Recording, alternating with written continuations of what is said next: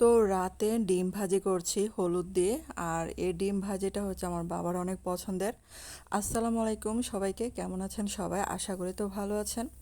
তো রাতে বাবাকে দিলাম ডিম ভাজি। আর আমার বাবার কি ডিম ভাজি হলে আর কিছুই লাগে না, তার জন্য এই জন্য হলুদের ডিম ভাজিটা করে নিচ্ছি। আর এদিক দিয়ে আমার বোন আসছে, কেক নিয়ে, দুইটা কেক নিয়ে আসছিল, তো কেক খাচ্ছি আর এদিক দিয়ে ডিমটা ভাজি করতেছি।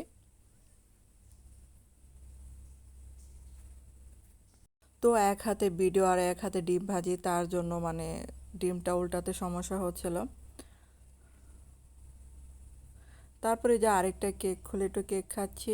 আর এই যে রান্নার সময় একটু তরমুজ খেয়ে নিচ্ছি, রান্নাঘর তো যে গরম।